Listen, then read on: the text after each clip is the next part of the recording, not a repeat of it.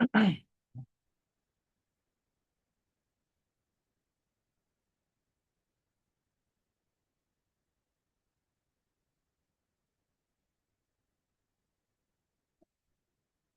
जी जनाब, अस्सलाम वालेकुम। कैसे हैं सब?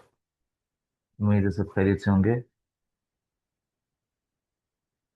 अच्छा, मुझे काइंडली ये बता देना है कि सबको मेरी आवाज़ आ रही है क्लियर? आवाज़ में तो कोई मसला नहीं है?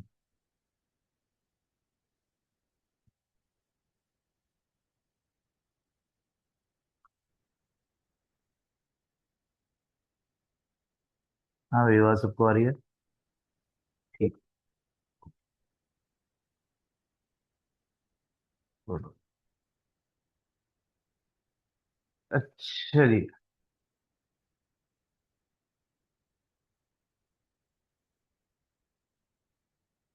ठीक है।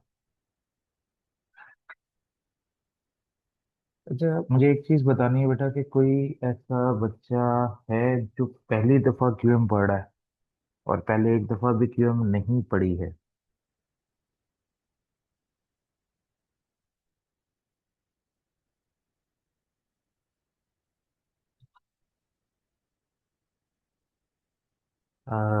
शाहिद भाई, आपको आवाज़ नहीं आ रही, बाकी सबको आ रही है। तो क्यों नहीं आ रही अब आपको, ये मेरी समझ से थोड़ा सा बाहर है, क्योंकि बाकी सारे तो कह रहे हैं कि हमको आ रही है आवाज। तो आप चेक करें कि क्या मसला आ रहा है। अच्छा।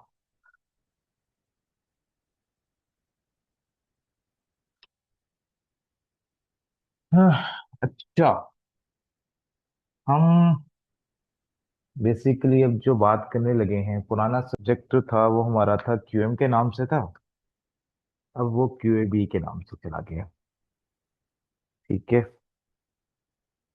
जहां तक बात करें सिलेबस की, तो सिलेबस के अंदर अगर मैं बात करूं, तो आपके अब चैप्टर्स बेसिकली क्यूएबी के अंदर सब्जेक्ट्स चैप्टर्स हो गए हैं कम। आपके क्यूएबी के टोटल चैप्टर्स जो हैं वो हो चुके हैं 12। ठीक है। जिसके आगे से दो हिस्से किए गए हैं। एक आपका मैथ्स का पोर्शन है और एक आपका स्टैट्स का पोर्शन है। ठीक है। मैथ के टोटल 6 चैप्टर्स हैं।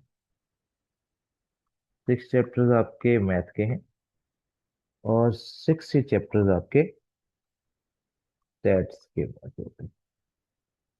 ठीक है।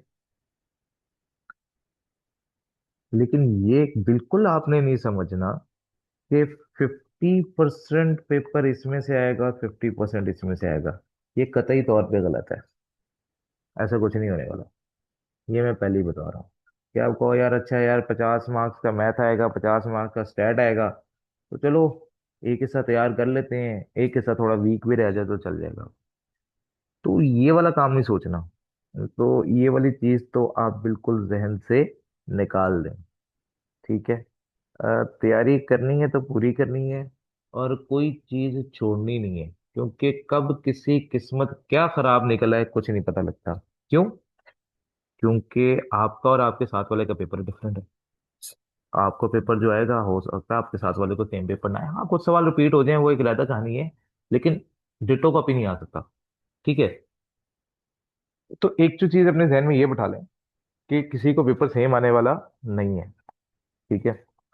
तो ये सोचना कि अच्छा यार मैं फलां चैप्टर तैयार कर लूं और उधर से कहानी कर लूं तो कुछ ना कुछ बन ही जाएगा, तो ऐसा कुछ नहीं होगा। तैयारी हमको पूरी करनी पड़ेगी। ठीक है।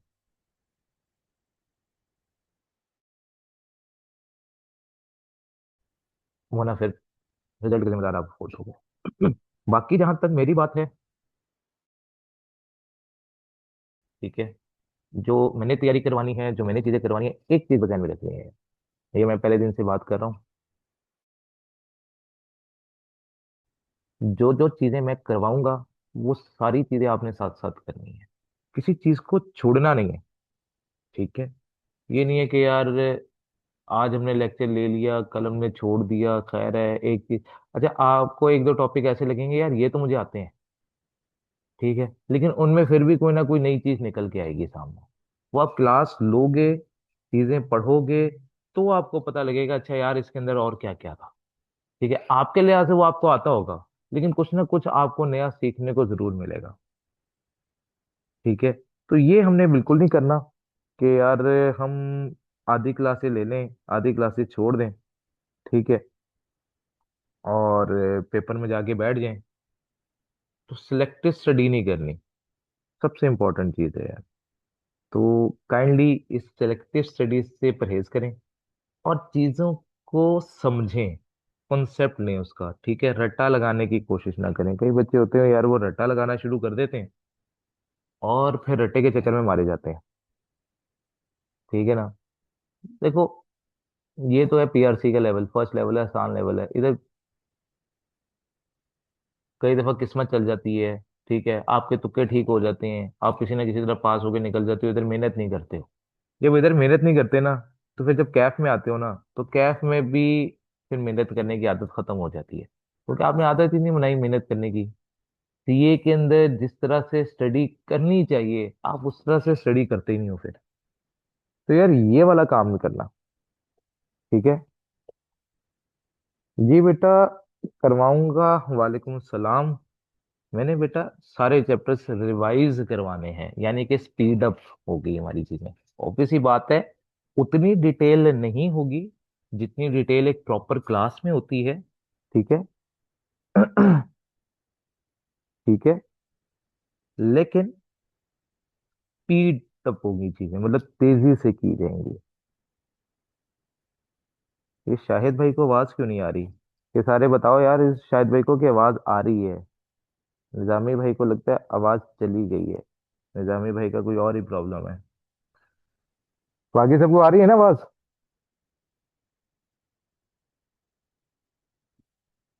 हम्म।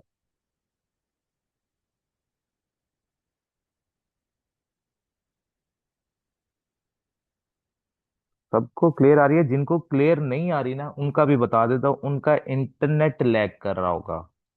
ठीक है, जब इंटरनेट लैग कर रहा होता है ना, तो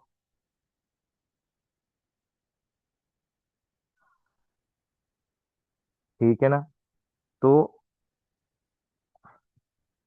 जब डिटेलिंग आती है ना, तो बस एक चीज ध्यान में रखनी है कि इधर मैं उस डिटेल से नहीं करवा रहा हूँ। हाँ, लेकिन एक एक चीज करवाऊंगा, कोई चीज छोड़ूंगा नहीं। ठीक है। मतलब जहां मैंने एक टॉपिक के ऊपर 4 सवाल करवाने हैं, उधर मैं शायद 2 करा दूंगा या 1 करवा दूंगा, इस तरह से कर लूंगा, लेकिन इंशाल्लाह आपको चीजें पूरी करवाई जाएंगी, कोई चीज छोड़ी नहीं जाएगी।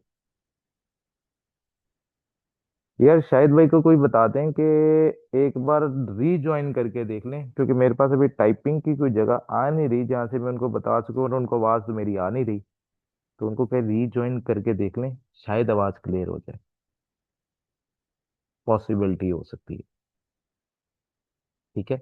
बाकी जहां तक बात है यार, हमारे ये टोटल 12 चैप्टर्स हैं, हमारे पास 1 महीना है। ठीक है।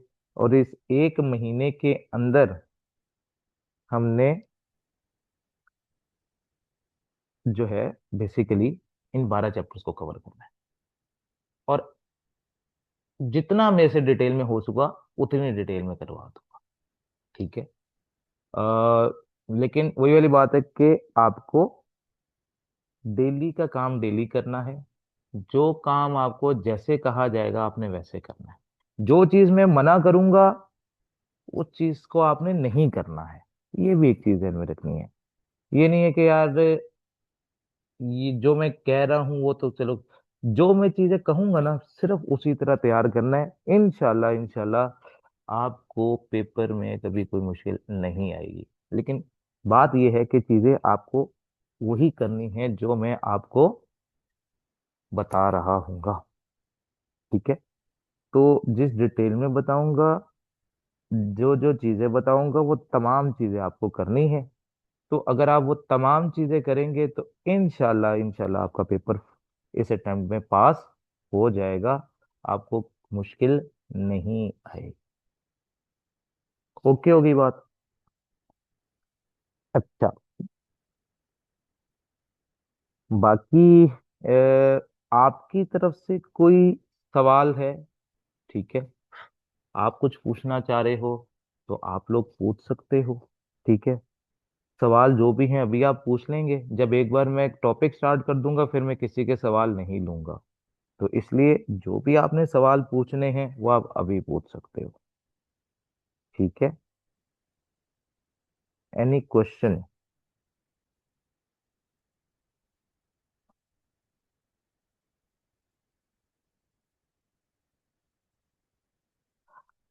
यार मेडिकल से हैं या किसी और फील्ड से हैं, फर्क नहीं पड़ता है। बस वो मैं एक चीज जो बता रहा हूँ ना वो क्या है, कि कंसिस्टेंट रहना है और चीजों को अंडरस्टैंड करना है, और जहां पे चीजें नहीं समझ आएंगी वहां पे मेरे से पूछ भी लेना। क्वेश्चन पूछने से घबराना नहीं है, सबसे बड़ी चीज है। अगर कोई चीज नहीं समझ आती कोई मसला नहीं है, क्योंकि ज्यादातर बच्चे जो होते हैं वो मेडिकल बैकग्राउंड से ही आते हैं। अनफॉर्चुनेटली या फॉर्चुनेटली, जिनको मेडिकल वाले धुतकार देते हैं ना, वो इधर आ जाते हैं। तो मैं कहता होता हूँ मेडिकल के बच्चों के लिए कि तुम लोग वो सताए हुए लोग हो, मजबूरन यहाँ पे फेंके गए हो। ठीक है, तो अब फेंके ही गए हो तो फिर अब मेहनत जरा थोड़ी सी ज्यादा करनी पड़ेगी। ठीक है,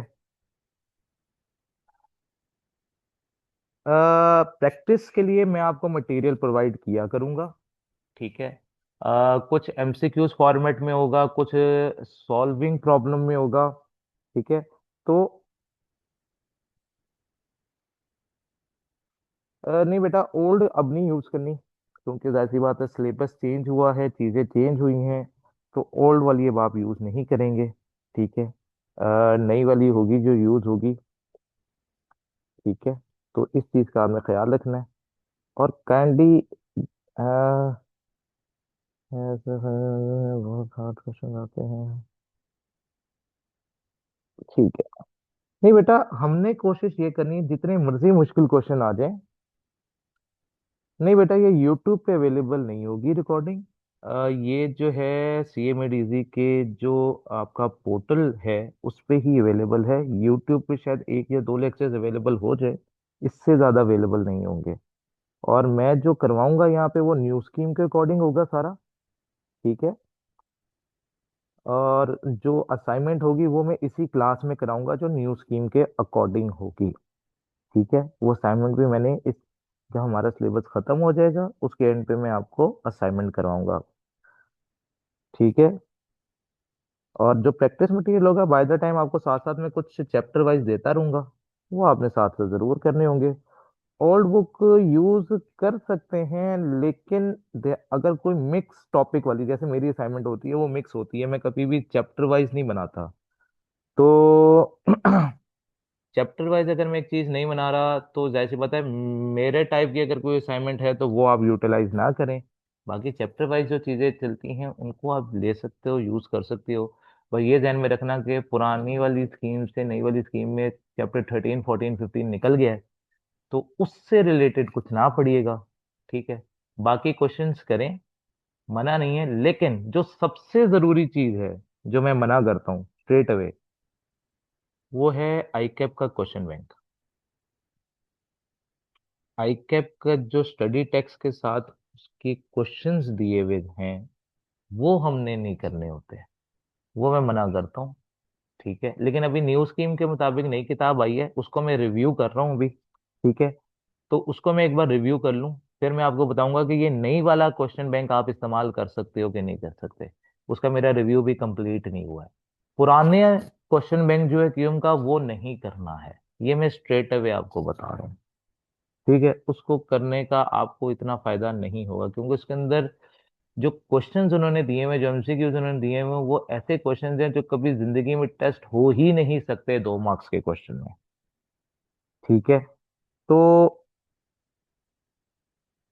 स्ट्रेटेजी क्या होनी चाहिए? देखो, स्ट्रेटेजी सिंपल सी ये है कि जो जो चीजें साथ साथ करवाता जाऊंगा वो साथ साथ चीजें करते जानी है, और उसका प्रैक्टिस मटेरियल मैं आपको साथ साथ देता जाऊंगा, वो साथ साथ प्रैक्टिस भी करते जानी है। ठीक है। क्योंकि उसका क्वेश्चन बैंक मैं खुद भी बना रहा हूँ नया, न्यू स्कीम के अकॉर्डिंगली। ठीक है। तो कोशिश मेरी है कि आपको जैसे ही एक चैप्टर खत्म हो तो उससे रिलेटेड आपको क्वेश्चंस दे दिए जाएं। ठीक है, साथ साथ प्रैक्टिस करने के लिए।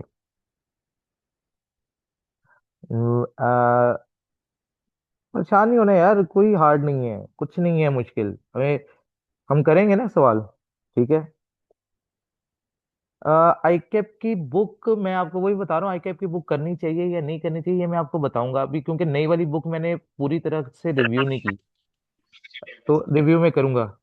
ठीक है, तो जैसे मैं रिव्यू करूंगा तो फिर मैं आपको बताऊंगा कि कितना पढ़ना चाहिए। हैदर भाई अपना माइक बंद कर लें काइंडली, हैदर। आपसे रिक्वेस्ट है। Thank you. अच्छा, बाकी जहां तक बात है कितने आज के क्यूएम को देने चाहिए, या जितना मैं करवा दूंगा उसके अलावा जो मैं प्रैक्टिस दूंगा वो काफी है। जो प्रैक्टिस आपको मैंने कहनी है, जो होमवर्क मैंने आपको देना है, वो आपने लाजमी किया करना है। वो बेटा ऐसा होता है कि कई दफा ना हम एग्जाम प्रेशर में भी आ जाते हैं। लेकिन मेरी कोशिश ये होगी कि मैं आपको नए से नए सवाल दूं।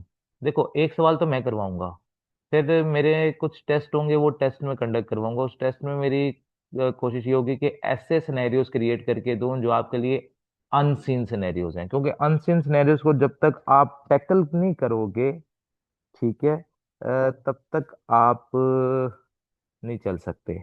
तो मैंने अनसीन सिनेरियोज की प्रैक्टिस क्वेश्चंस आपको अलहदा से प्रोवाइड करने हैं। ठीक है, उस कुछ क्वेश्चंस आपको जो है सिनेरियो बेस्ड होंगे, कुछ आपको जो है वो उसी टाइप के क्वेश्चन होंगे जिस टाइप के क्वेश्चन मैंने आपको क्लास में कराए होंगे। ठीक है। तो हाँ, मैंने पिछले अटेम्प्ट में यही बोला था, क्योंकि पिछले अटेम्प्ट में पुरानी बुक थी। अब जो नई वाली बुक आई है ना, इसको मैं रिव्यू कर रहा हूँ।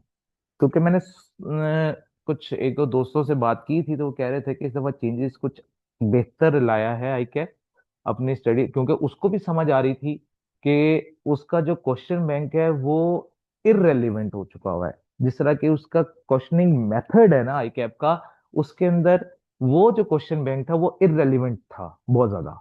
तो इस दफा वो चेंजेस लेकर आया है, नया जो क्वेश्चन बैंक उसने इशू किया है क्यूएबी का। ठीक है, तो इसलिए मैं उसको रिव्यू कर रहा हूँ। अगर मुझे लगा कि हाँ भाई वो इस काबिल है कि हाँ वो हमारी तैयारी अच्छी करवा सकता है, तो मैं बिल्कुल आपको रिकमेंड करूंगा। लेकिन आज से पहले मैं फ्रैंकली बता रहा हूँ तुम लोगों को, मुझे क्यूएम का सब्जेक्ट पढ़ाते हुए ऑलमोस्ट 10 से 11 साल हो चुके हुए हैं। मैंने आज तक आई कैप की बुक इस्तेमाल नहीं करवाई है, स्ट्रेट अवे बता रहा हूँ तुम लोगों को। ठीक है। लेकिन उसको भी मैं आईकैप की बुक को क्यों कहूंगा इस दफा, अगर कहा तो उसका क्वेश्चन बैंक देख के कि क्वेश्चन बैंक करने की उसकी सलाहियत है कि हाँ भाई वो पेपर के मुताबिक है, जिस तरह का उसको सवाल आते हैं। तो अगर हाँ उस तरह के सवाल होंगे तो यस, मैं आपको रिकमेंड करूंगा। लेकिन मैंने अभी तक कहा है कि अभी तक मैं नहीं कह रहा, अभी मैं रिव्यू कर रहा हूँ उस चीज को। फिर मैं आपको बताऊंगा हाँ भाई ये इसमें से सवाल करने हैं या नहीं करने हैं। ठीक है। अगर तो वो जो अभी तक मैं कुछ देख रहा हूँ अच्छी चेंजेस मुझे नजर आई हैं, तो अगर मुझे चेंजेस उसी तरह की दिखाई दी तो फिर मैं आपको जरूर कहूंगा कि भाई अब आप क्यूएम का भी क्वेश्चन बैंक कर सकते हो। आईटीए के लिए तो मैं खास तौर पे बात करता था कि आईटीए की स्टडी टेक्स्ट पढ़ना सबसे ज्यादा इंपॉर्टेंट है, उसके क्वेश्चंस करना, थ्योरेटिकल क्वेश्चंस करना सबसे ज्यादा इंपॉर्टेंट है। ठीक है, उसके लिए तो आईकेप की बुक छोड़नी ही नहीं है कभी। लेकिन क्यूएम में मैंने आज तक कभी रिकमेंड नहीं की है बुक। ठीक है, मैं अपने नोट्स ही रिकमेंड करता हूँ, मैं नोट्स से ही पढ़ाता हूँ, पढ़ाऊंगा मैं अभी भी नोट्स से ही अपने। ठीक है। हाँ, लेकिन एक्स्ट्रा प्रैक्टिस के लिए तुम लोगों को बता दूंगा कि कहाँ से एक्स्ट्रा प्रैक्टिस कर सकते हो। ठीक है। एक्स्ट्रा प्रैक्टिस ऐसी ना कर लेना, देख के करना कि भाई क्या चीज करने की जरूरत है, क्या चीज करने की जरूरत नहीं है। अच्छा, किसी ने कम पढ़ा है ज्यादा पढ़ा है, स्ट्रेट अवे बता रहा हूँ, काम आ जाएगा तुम्हारे ये, लेकिन तुम्हें इसके अंदर मेहनत ज्यादा करनी पड़ेगी। अगर कोई पहली बार ही पढ़ रहा है क्यूएम, तो उसको मेहनत ज्यादा करनी पड़ेगी बनिस्बत उसके जो पहले से पढ़ता आ रहा है। ये मैं पहले बता रहा हूँ आप लोगों को। ठीक है, पढ़ सकते हो। ठीक है। अ, बेटा मेरे नोट्स जो होंगे ना वो मैं पोर्टल पे, या जो आपका जो पोर्टल होगा ना आपका क्यूएबी का, उसके अंदर अपलोड करता जाऊंगा। जो जो चैप्टर पढ़ाता जाऊंगा उसके आपके नोट्स वहां पे आते जाएंगे। ठीक है। सुमे बेटा, ये है कि अगर आप फर्स्ट टाइम भी पढ़ रहे हो तो बस मैं आपको ये कह रहा हूँ, आपको मेहनत ज्यादा करनी पड़ेगी। फिर से बता रहा हूँ, मेहनत अगर करने को तैयार हो तो आप पढ़ सकते हो इनके साथ। ठीक है। अगर आप कह रहे हो नहीं यार मुझे अभी मेहनत नहीं करनी, मैं क्यों 6 महीने की चीज 1 महीने में करूं, तो फिर फायदा कोई नहीं है। ठीक है। इस बैच का बड़ा स्ट्रेट अवे है। मैं बड़ी स्ट्रेट अवे बात करता हूँ, सीधी सीधी बात करने का आदी हूँ। और ये बात है सीधी। ठीक है। यहाँ तक आनी क्लियर हो गई? नहीं, जिनकी टाइम लगी उन्होंने तो पढ़ा हुआ है ना पहले, उनको नहीं इतनी मुश्किल आएगी, वो मेरे साथ कॉप अप इजीली कर पाएंगे, क्योंकि उन्होंने पहले पढ़ा हुआ, उनका सिर्फ रिवाइज हो रहा है। लेकिन जो पहली बार पढ़े हैं उनको मेहनत ज्यादा करनी पड़ेगी, उनको कॉन्सेप्ट ज्यादा अच्छे तरीके से गेन करने पड़ेंगे। तो अगर उनको कोई चीज समझ नहीं आएगी तो उन्होंने क्वेश्चंस करने होंगे मेरे से। ठीक है। तो फर्स्ट अटेम्प्ट है, पहले पढ़ चुके हो, रिवाइज कर रहे हो, जो भी है, साथ साथ चल सकते हो, वेल एंड गुड होगा। ठीक है। क्योंकि इसमें मैं स्पीड स्लो नहीं करूंगा, ये याद रखनी है बात, जो जरूरी बात है, क्योंकि ये रिवीजन क्लास है बेसिकली। इसमें जो है मैंने चीजें स्पीड अप होके पढ़ाना, अब मैं रिवीजन की तरह तो नहीं कराता, मैं थोड़ी डिटेल्ड रिवीजन कराता हूँ। यानी कि थोड़ी सी स्पीड रहेगी, लेकिन चीजें चलती रहेंगी। ठीक होगी बात? तो जो इस स्पीड के साथ चल सकेगा वो चल जाए, 100 बिस्मिल्लाह। क्योंकि जो पहली बार पढ़ा है उसके लिए वो स्पीड अप होगी चीज, ये उसके लिए स्पीडी होगी ये चीज। जो पहली बार नहीं पढ़ा उसके लिए तो रिवीजन है, उसके लिए स्पीड नहीं है ये बिल्कुल भी।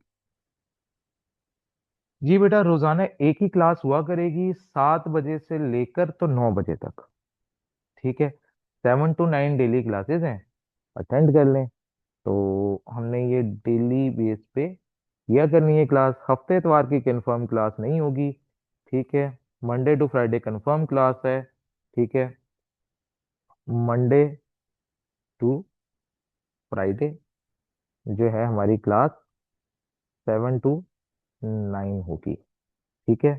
सैटरडे या संडे को अगर मुझे क्लास करानी होगी तो मैं अनाउंस किया करूंगा। ठीक है। अगर नहीं करानी होगी तो भी तो फिर मैं कुछ नहीं कहा करूंगा। खामोशी का मतलब है सैटरडे संडे को कोई क्लास नहीं है।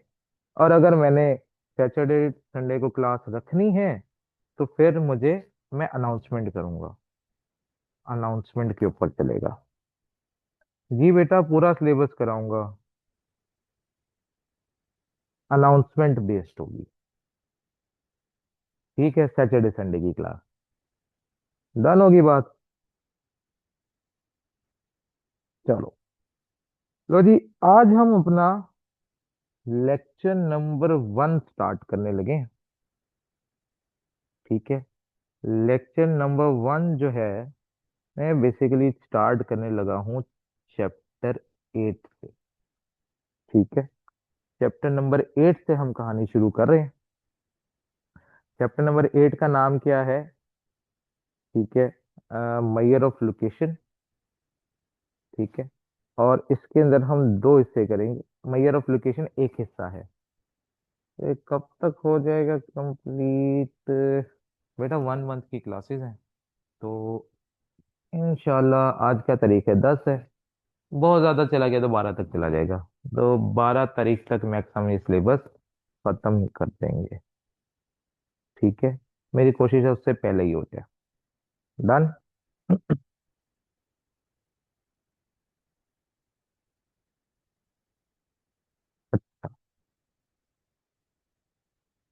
हम बात करने के लिए लगे हैं चैप्टर नंबर 8 की। ठीक है।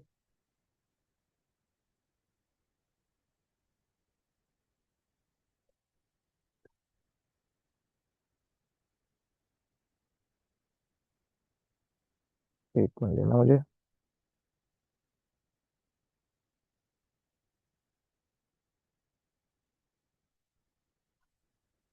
अच्छा। हाँ जी भाई, क्या कह रहे थे आप? बेटा नई असाइनमेंट जो आएगी वो नेक्स्ट मंथ में ही आएगी, अभी नहीं आ रही। उसके ऊपर वर्किंग करूंगा, उसकी एडिटिंग करूंगा। वैसी बात है, जो सिलेबस में से चीजें निकल गई हैं वो बाहर निकालूंगा। देन जो चीजें डालने वाली हैं नई वो इन करूंगा। देन आपको नई असाइनमेंट इंशाल्लाह मैं इधर ही क्लास में करवाऊंगा। हाँ आ जाएगी, बिल्कुल आ जाएगी। अच्छा जी लो जी, हम सबसे पहले किसकी बात करने लगे हैं? मैयर ऑफ लोकेशन की। सबसे पहले किसकी बात होने लगी है?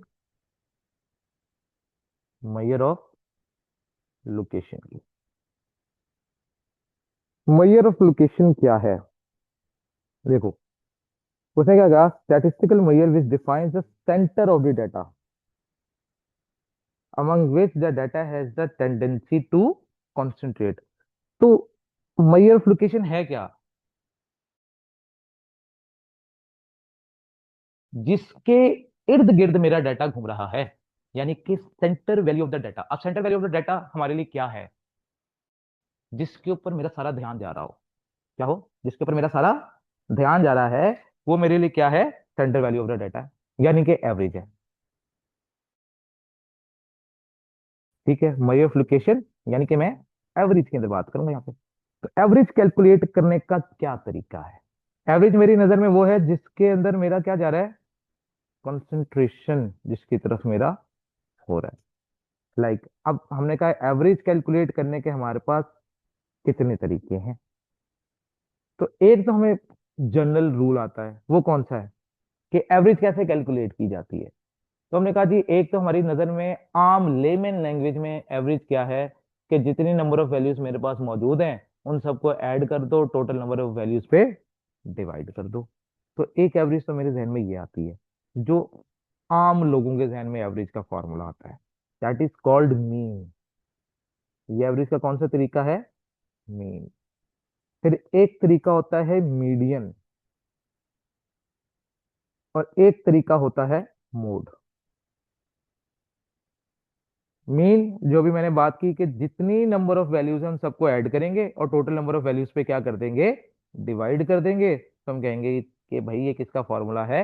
मीन का फॉर्मूला है। मीडियन किसको बोलते हैं? Centre value of the data. Median क्या है मेरा? Centre value of the data, यानी कि बीच की वैल्यू। जो बीच की वैल्यू होगी मेरे डाटा की उसको मैं क्या कहूंगा? मीडियन बोलूंगा। और मोड क्या होगा? Most repeated value of the data. क्या? Most repeated value of the data. Median क्या है? Centre value. सबसे मिडिल में जो वैल्यू होगी उसको मैं कहूंगा कि भाई ये एवरेज वैल्यू है। कुछ वैल्यूज इससे ज्यादा हैं, कुछ वैल्यूज इससे कम है, तो इसको भी मैं एवरेज बोलता हूँ। फिर मोड होता है। मोड क्या? Most repeated value. जैसे एग्जांपल के तौर पे हम लूडो खेलते हैं। लूडो में एक इंसान ऐसा जरूर होता है जिसके छह बहुत ज्यादा आते हैं, बहुत ज्यादा छह आते हैं। तो हम क्या कह रहे होते हैं? यार इसका तो छह आ ही जाता है। ठीक है, हमारा ध्यान उसकी तरफ जा रहा होता है, तो हमारा कंसंट्रेशन किसकी तरफ है? उस छह की तरफ। बाकी सारी वैल्यूज नहीं हमने उसे लिंक की हुई। हमने क्या लिंक किया हुआ है? यार इसका छह बहुत आता है। तो ये भी एक एवरेज कैलकुलेट करने का तरीका है। तो हमारे पास बेसिकली कितने तरीके हैं? तीन तरीके हैं एवरेज कैलकुलेट करने के। Number one mean, number two median, and number three mode. ठीक होगी बात? इसमें हम सबसे पहले किसके बारे में बात करेंगे? सबसे पहले हम मीन के बारे में बात करेंगे कि मीन कैसे कैलकुलेट किया जाता है। ठीक है, अब मीन कैलकुलेट करने के मेरे पास डिफरेंट तरीके हैं, क्योंकि एक तरह का मीन नहीं है। मीन कितनी तरह के कैलकुलेट हम कर सकते हैं? तो नंबर वन अरिथमेटिक मीन। क्या? अरिथमेटिक मीन, जिसको हम बोलते हैं M. Number two geometric mean. Geometric mean जिसको हम क्या बोलते हैं? GM. And number three harmonic mean. जिसको हम बोलते हैं। ठीक होगी बात। अब अरिथमेटिक मीन की डेफिनेशन क्या है? What is the definition of arithmetic mean? तो कहते हैं अरिथमेटिक मीन और सिंपली मीन क्या है? उसने कहा जी is the value obtained by dividing the sum of values by their number. तो सिंपली इसको कैलकुलेट करने का तरीका क्या है? जितनी नंबर ऑफ वैल्यूज मेरे पास मौजूद हैं उन सबको ऐड कर दो और टोटल नंबर ऑफ वैल्यूज पे क्या कर दो? डिवाइड कर दो। तो फिर एम का फार्मूला क्या हो गया? Summation x over N. यानी कि एक्स क्या है? वो तमाम वेरिएबल्स, जितने भी वेरिएबल्स मेरे पास मौजूद हैं उन सबको ऐड करो और टोटल नंबर ऑफ वैल्यूज पे डिवाइड कर दो। तो that will be known as क्या? Arithmetic mean. ज्योमेट्रिक मीन का फार्मूला क्या है? इसकी डेफिनेशन क्या है? कहते हैं it is the nth root of product of all values.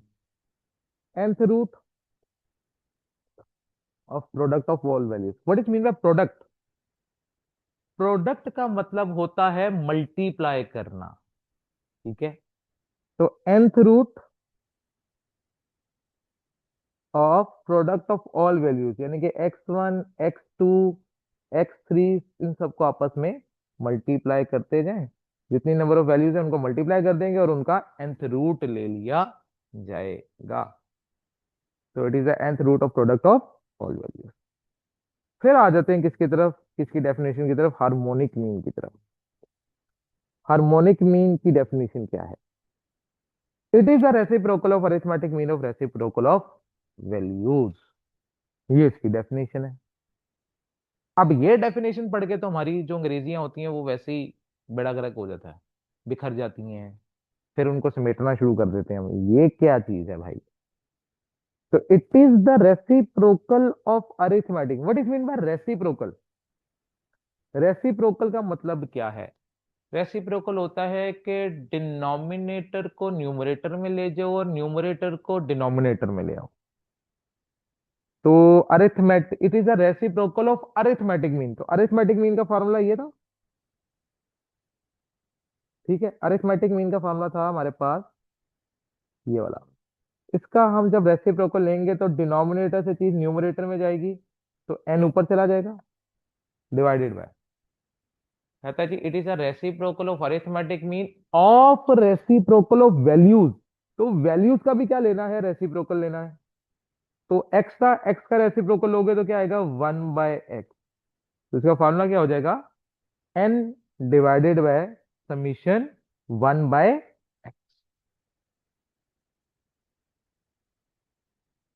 ये वाली बात क्लियर है? इन फॉर्मूलाज में किसी को कोई मसला फिलहाल, जो मैंने डेफिनेशन के साथ इसको लिंक किया है? ओके, ले जी फिर क्वेश्चन नंबर 1 की तरफ चलते हैं फिर। ले जी, ये मेरे पास है सवाल नंबर 1। सवाल नंबर 1 में क्या कह रहा है? Following data of extra classes taken by each student in batch 49 of QM. कुछ उसने वैल्यूज दे रखी हैं 15 20 24 28 17 13 और 30। और उसने कहा है कि इस डाटा को यूज करते हुए आपने अरिथमेटिक मीन भी कैलकुलेट करना है, इसका ज्योमेट्रिक मीन भी कैलकुलेट करना है और इसका हार्मोनिक मीन भी कैलकुलेट करना है। ठीक है, तो ये मेरे पास वैल्यूज क्या क्या है? 15 20 24 28 17 13 और 30। अच्छा एक चीज मुझे बता दें यार सारे काइंडली, सबके पास साइंटिफिक कैलकुलेटर तो मौजूद है ना? 991 ES प्लस, ये वाला कैलकुलेटर सबके पास है?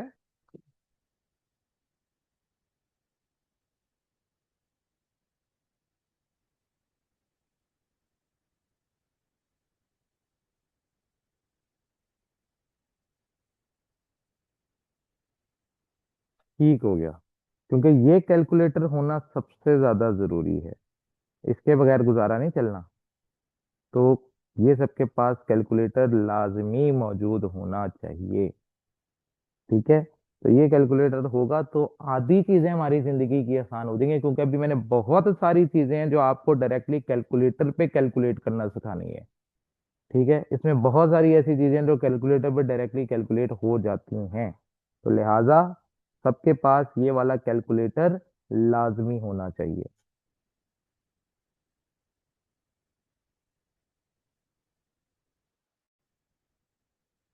ये क्या है 21 AM? मेहरान, मेहरान भाई ये क्या बात कर रहे हैं, ये मुझे समझ नहीं आई, काइंडली एक्सप्लेन।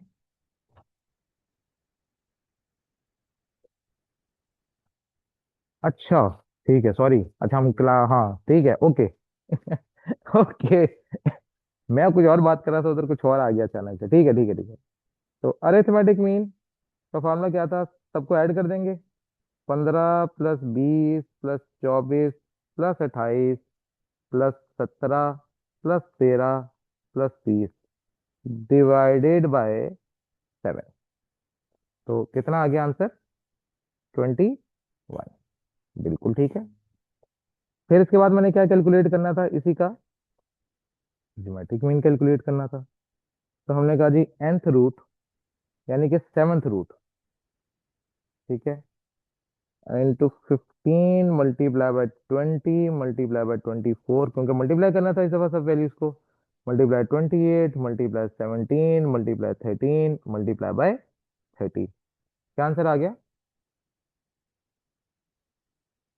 20.12। ओके, काइंडली बाकी भी चेक करो यार, सारे कैलकुलेटर पे इसको चेक करो, और अगर किसी का आंसर नहीं आया तो मुझे काइंडली बता दो कि सर हमारा जवाब नहीं आया। सबका यही आंसर आ रहा है ज्योमेट्रिक मीन का?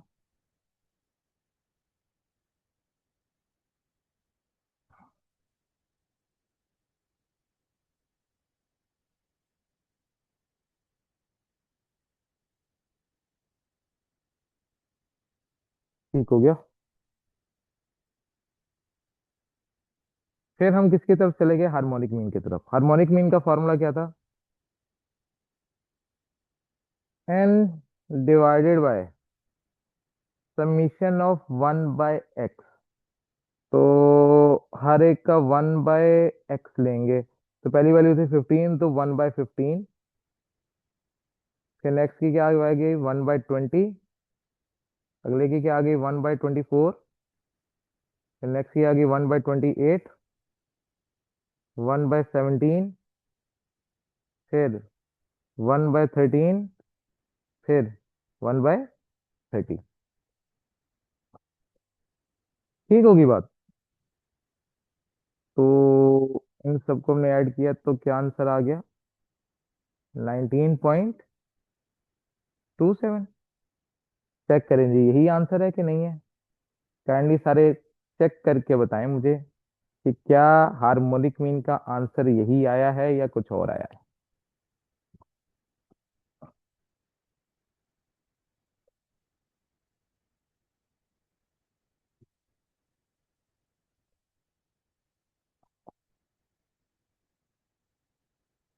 फिर दो तीन लोग मुझे बता दो।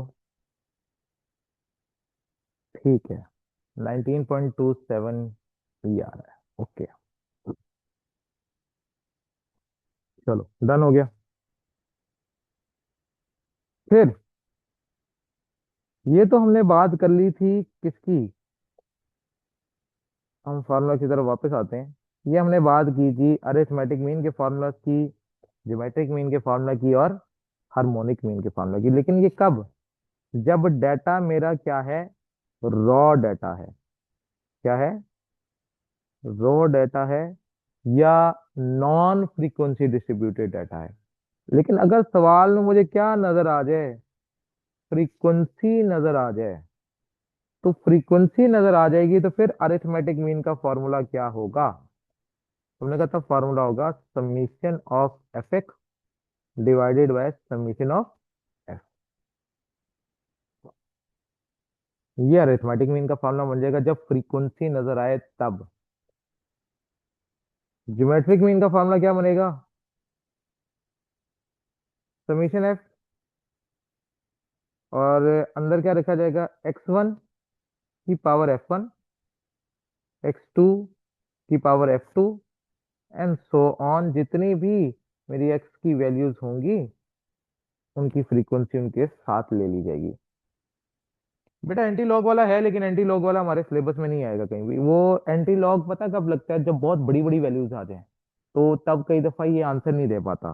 ठीक है, तो फिर हम एंटी लॉग को यूज करते हैं। तो एंटी लॉग हमें यूज ही नहीं करना, इतना लंबे तरीके पे कौन जाए भाई।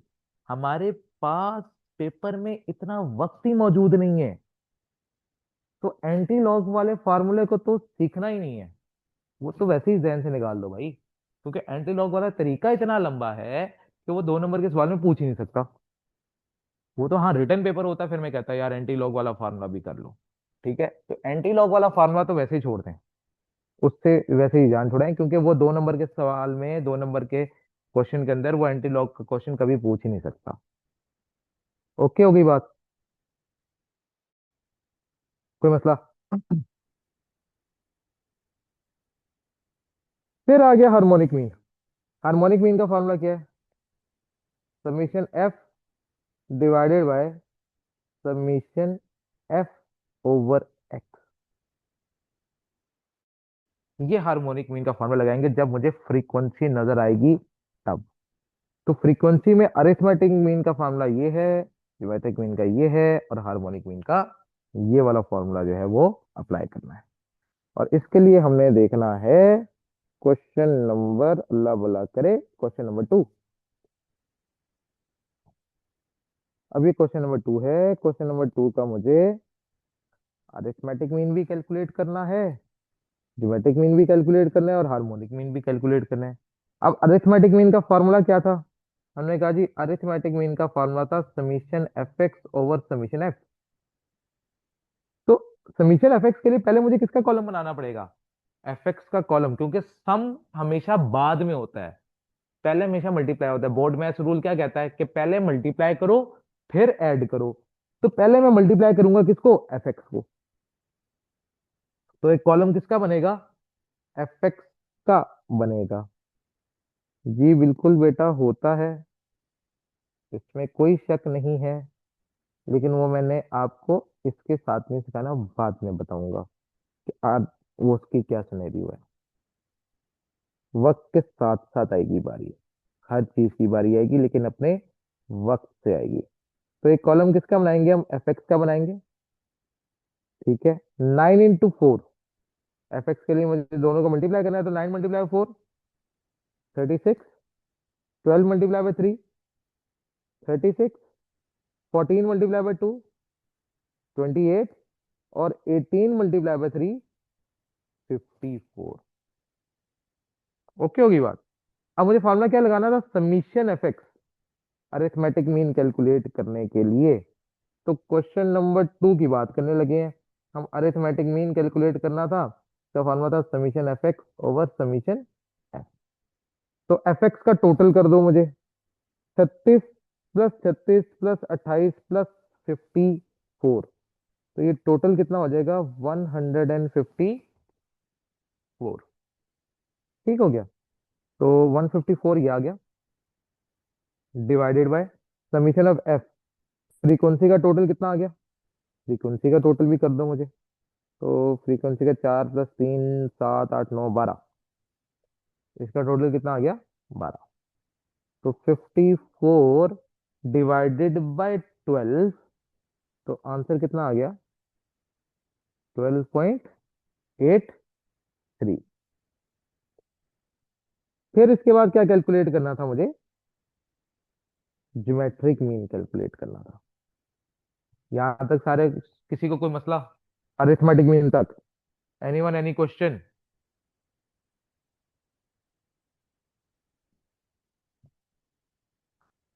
जी बेटा, आज पहली क्लास है और मैं चैप्टर नंबर 8 से शुरू किया है।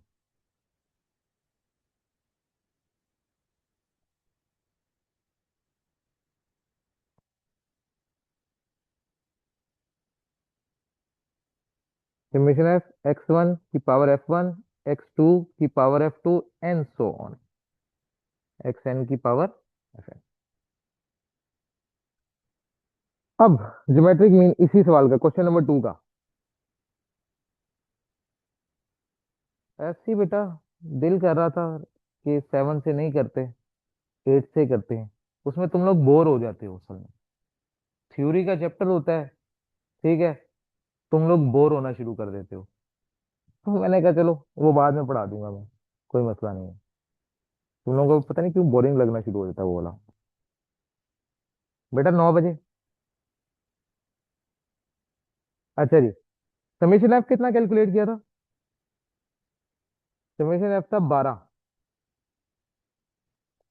और एक्स 1 कितना था? 9। एक्स 1 कितना था? 9। और F1 4। तो क्या लेंगे? 9 की पावर 4 मल्टीप्लाई बाय, फिर नेक्स्ट आएगा 12 की पावर 3, 14 की पावर 2, और 18 की पावर 3।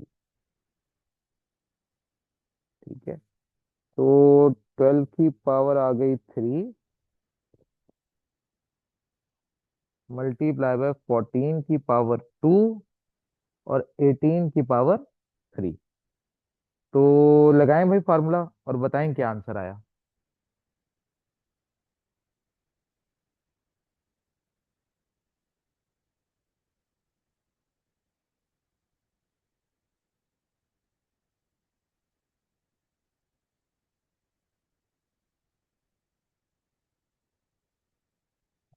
12.37।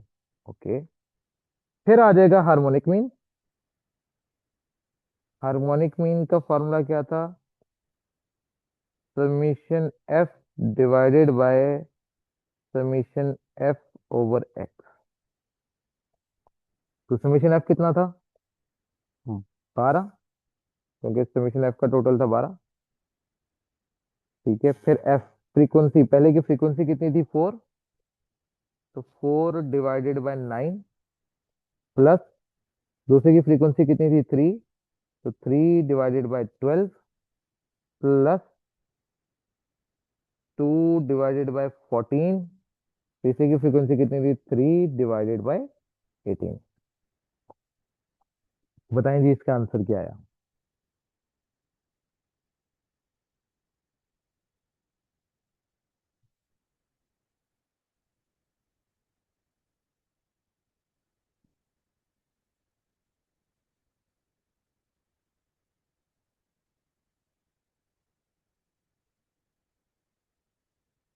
एक कह रहे हैं भाई 11.95, बाकी भी कुछ। हाँ ठीक है, सभी 11.95 कह रहे हैं। ओके हो गया। यहां तक किसी को कोई मसला, कोई सवाल?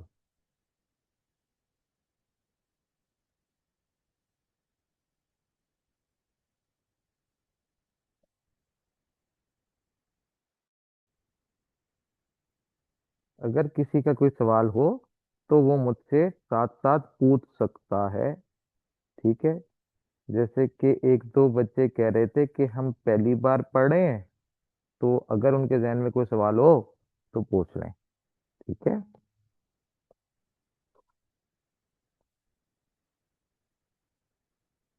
मीन हम क्यों निकालते हैं? मीन निकालने की अपनी अपनी रीजंस होती हैं हर एक की। देखो, फॉर एग्जाम्पल, आप क्रिकेट देखते हो? सवाल है मेरा, क्रिकेट देखते हो, ठीक है। क्रिकेट में जब कोई बैट्समैन आता है बैटिंग करने, तो सबसे पहले उसका क्या देखा जाता है? एवरेज देखी जाती है कि ऑन एवरेज वो क्या स्कोर करता है। बैटिंग एवरेज चेक करते हो? क्या बता, क्यों देखते हो बैटिंग एवरेज? रीजन? वो बैटिंग एवरेज इसलिए देखी जाती है ताकि हम उस प्लेयर का अंदाजा लगा सके कि वो एक इनिंग्स में क्या स्कोर कर लेता है। इसी तरह बिजनेस में भी हम डिफरेंट एवरेजेस कैलकुलेट करते हैं अकॉर्डिंग टू द सिचुएशन, कि ऑन एवरेज कितना प्रॉफिट कमा लेती है कंपनी, ऑन एवरेज कितने पैसे खर्च कर देती है कंपनी, ऑन एवरेज कितना कैपिटल जनरेट कर लेती है कंपनी, ऑन एवरेज कितनी प्राइसेस ऊपर चली जाती हैं कंपनी की। तो different type of averages calculate की जाती हैं। ओके होगी बात? ठीक है, तो डिफरेंट सिनेरियोज में डिफरेंट टाइप ऑफ एवरेजेस हम कैलकुलेट किया करेंगे। बिल्कुल। स्टैटिस्टिक्स जितनी भी हम पढ़ रहे हैं वो सारी फ्यूचर की प्रिडिक्शंस के लिए ही पढ़ रहे हैं। ठीक है। आइडिया के लिए, वो आइडिया ही लेते हैं हम स्टैटिस्टिक्स से। स्टैटिस्टिक्स का काम ही यही है कि फ्यूचर की प्रिडिक्शन करना। ठीक है। तो फ्यूचर के लिए डाटा इकट्ठा करते हैं और उसके हिसाब से कैलकुलेशन की जाती है। वो भी आगे जाके बात होगी कि एम क्यों है, जीएम क्यों है और एचएम क्यों है, इसके बारे में भी हमने बात करनी है। इसके बारे में अभी बात करूंगा, बल्कि बात आई गई है सामने। अच्छा। अब सवाल, तुमने सवाल ही पूछ लिया और बात भी वही आ गई है सामने कि भाई ये जो हम मीन कैलकुलेट करते हैं, ये तीन तरह के मीन क्यों कैलकुलेट किए जाते हैं? एम अलहदा, जीएम अलहदा और एचएम अलहदा, ये एक तरह के मीन क्यों नहीं कैलकुलेट कर सकते? तो अगर तो सवाल साइलेंट हो जाए और वो ना बताए कि मुझे कौन सा मीन कैलकुलेट करना है, if question is silent about mean, क्या, if question is, if question is silent about mean, तब हम कौन सा मीन कैलकुलेट करेंगे? तो सबसे पहले मैंने क्या चीज देखनी है डाटा के अंदर?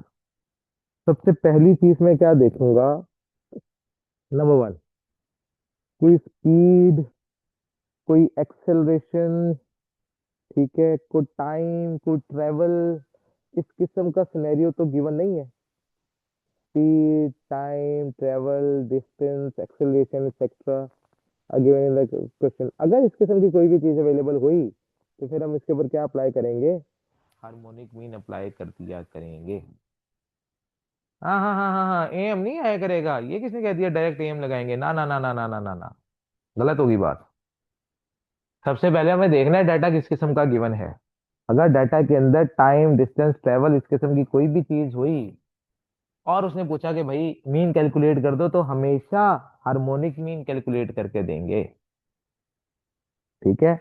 और अगर सवाल में अगर इनमें से कुछ ना हो तो फिर हम किसके तरफ देखेंगे? क्या सवाल में percentage, ratio, population, rate of change, index, इस किस्म का कोई डाटा तो गिवन नहीं है?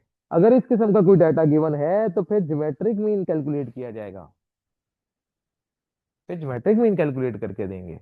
अगर इनमें से दोनों में से कुछ भी गिवन ना हुआ, तब हमने क्या करना है? अरिथमेटिक मीन कैलकुलेट करके देना है।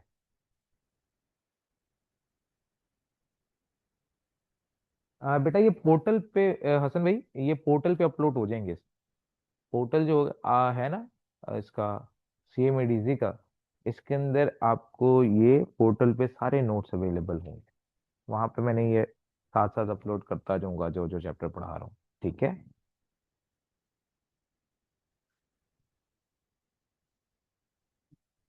तो इसमें कोई मसला, इसमें कोई सवाल किसी का?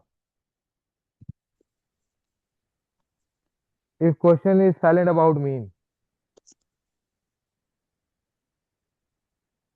किसी का कोई सवाल है? अब्दुल रहमान भाई अपना माइक बंद कर दें काइंडली। Thank you. हाँ जी। किसी का कोई सवाल है भाई? Any one, any question? कोई कोई बच्चा सवाल पूछना चाहता हो?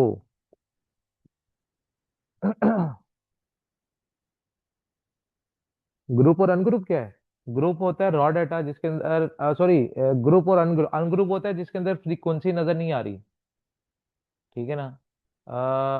फ्रीक्वेंसी के बगैर वाला डाटा ग्रुप डाटा, आमतौर पर फ्रीक्वेंसी वाले डाटा को बोल देते हैं। ठीक है, मैं इसको जरा इस तरह से डिफाइन नहीं करता, मैं कहता हूँ फ्रीक्वेंसी वाला डाटा और नॉन फ्रीक्वेंसी वाला डाटा, ताकि ज्यादा आसान हो जाए हमें बाइफरकेट करना। ठीक है, तो एक फ्रीक्वेंसी वाला डाटा होगा, एक नॉन फ्रीक्वेंसी वाला डाटा होगा। बेटा CMADZ के पोर्टल पे ये जो होगा बेसिकली अवेलेबल होंगे। ठीक है।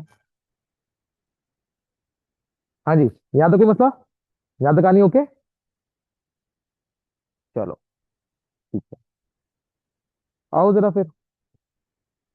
हमने क्वेश्चन नंबर 1 कर लिया है, क्वेश्चन नंबर 2 कर लिया है। अब जरा क्वेश्चन नंबर 3 की तरफ चलते हैं।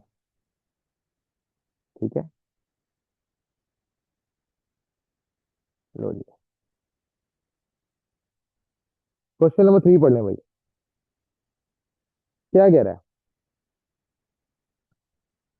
The sales is increase by 10% in year 1, 15% in year 2 and 30% in year 3। Calculate the average change. क्या कैलकुलेट करना है? एवरेज। एवरेज से मुराद क्या है? मीन कैलकुलेट करना है।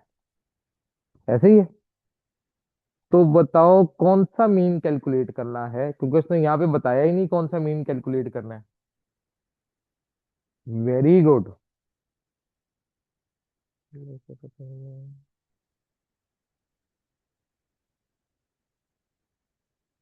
बेटा ये तो आपको मैनेजमेंट से पता करना पड़ेगा। वो वही बता देंगे सही तरीके से। वो उनको ही पता होता है मेनली। अच्छा, क्वेश्चन नंबर 3, हाँ बिल्कुल ठीक है, ज्योमेट्रिक मीन अप्लाई होगा। वेरी गुड, बिल्कुल ठीक है। तो ज्योमेट्रिक मीन फाइंड कर लेते हैं। हम क्या करते हैं, कितनी वैल्यूज है मेरे पास? कितने नंबर ऑफ वैल्यूज हैं? जीएम क्यों? अभी हम ऊपर पढ़ के आए थे हसन भाई कि अगर मेरे पास परसेंटेज में डाटा आ जाए तो हमने उसके बाद ज्योमेट्रिक मीन अप्लाई करना है। तो ये परसेंटेज में था ना डाटा।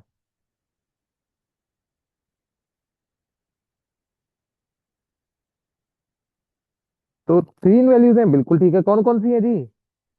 10 है, 15 है और 30 है।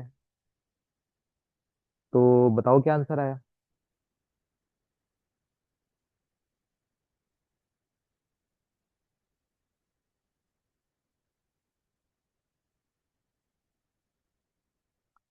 बताओ बताओ क्या आंसर आया?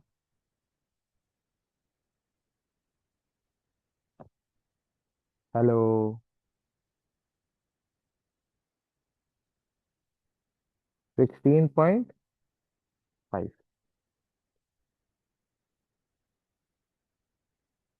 क्या?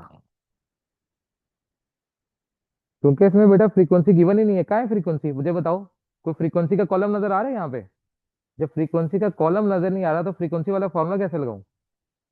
फ्रीक्वेंसी वाला फॉर्मूला लगाने के लिए फ्रीक्वेंसी होनी भी तो चाहिए।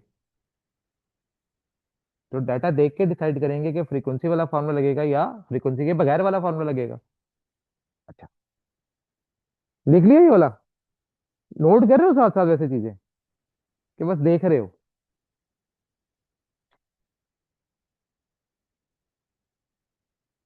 मेहरान भाई आप चुप रहो यार, मेहरान भाई सब्र करो। मेहरान भाई ऐसे नहीं करना यार, ये गलत बात की है आपने। मेहरान भाई आप पिछली दफा थे ना क्लास में? आपने क्लास ली हुई है ना? मुझे ऐसा याद पड़ रहा है। हाँ। तो ये वाली जो है ना, खामोशी।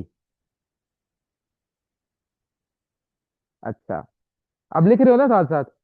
अब ये चीज लिख ली है सबने? अब ये वाली चीज लिख के ना ऐसे सर्कल मारो उसके ऊपर, उसको काटो। ठीक है, और लिखो ये वाला काम नहीं करना। ऐसे ही लिखना अपने रजिस्टर के ऊपर, सेम ऐसे ही।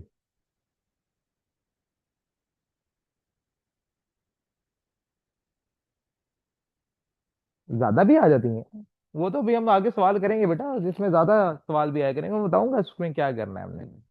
हर एक का तरीका है। इसे सब्र, सब्र से काम लेना है सिर्फ। और ये सबने लिखना है। ये सोल्यूशन लिखो, इस सोल्यूशन को लिखकर सर्कल मारो, सर्कल मार के क्रॉस लगाओ और फिर नीचे लिखो। ये मैं बताऊंगा क्यों कर रहे हैं। और आगे नीचे लिखना है ये वाला काम नहीं करना। ऐसे ही लिखो तुम लोग, ये लिखोगे तो याद रहेगा। बताता हूँ ना बेटा, सब्र सब्र करना है। शायद भाई थोड़ा सा, थोड़ा सा सब्र, कि ये गलत क्यों है। ठीक है। हाँ। तो हम ये काम सर्कल मारा, हमने सर्कल मार के लिख दिया कि भाई ये वाला काम नहीं करना। ठीक है। अब ये वाला काम क्यों नहीं करना, उसकी रीजन भी साथ लिख लो। रीजन क्या है ये वाला काम ना करने की? क्योंकि हम हमेशा जब भी डाटा पुट करते हैं, डाटा पुट करने में, या इस तरह लिख लो, एवरेज कैलकुलेट करने में, एवरेज कैलकुलेट करने में हमेशा ओरिजिनल वैल्यूज का इस्तेमाल करना है।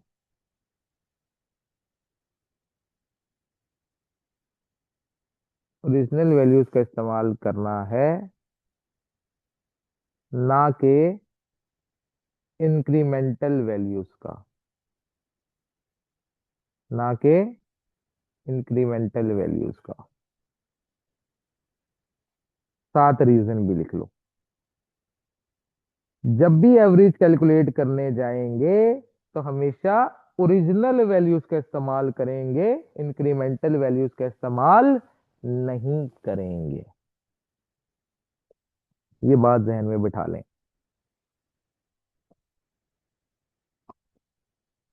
और ये जो 10% जो थी ना, ये देखो ये क्या लिखा होता, सेल्स इज इंक्रीज्ड बाय 10%।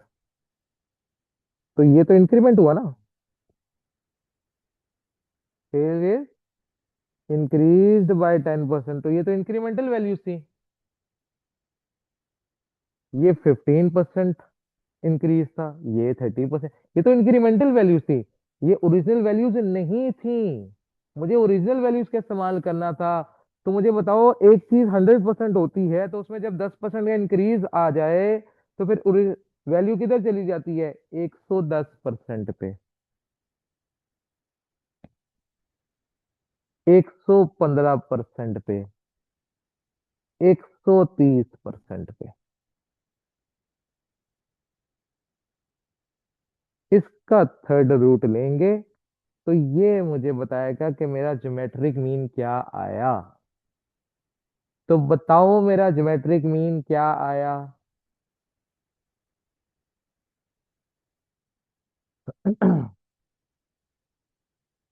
118.03। लेकिन अब सवाल ये नहीं था, सवाल उसने एवरेज कैलकुलेट करने को नहीं कहा था, उसने एवरेज चेंज कैलकुलेट करने को कहा था कि एवरेज चेंज क्या आया। अच्छा बेटा, मुझे एक चीज बताएं। एक चीज फॉर एग्जांपल हम एज्यूम कर लेते हैं, इशाल बेटा, अब आपने ये बात सुननी है और समझनी है। हम एज्यूम कर लेते हैं बात कि हमने एक चीज है वो 100 रुपए की बेचते थे। ठीक है। तो अब उसके अंदर कितना परसेंट इंक्रीज आ गया है? 10% का इंक्रीज आ गया। ठीक है। तो आने वाले वक्त में वो कितने का बिकेगा?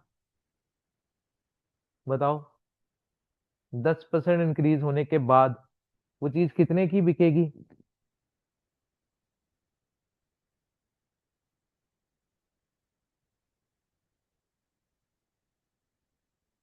है, 110 की बिकेगी ना? यस और नो?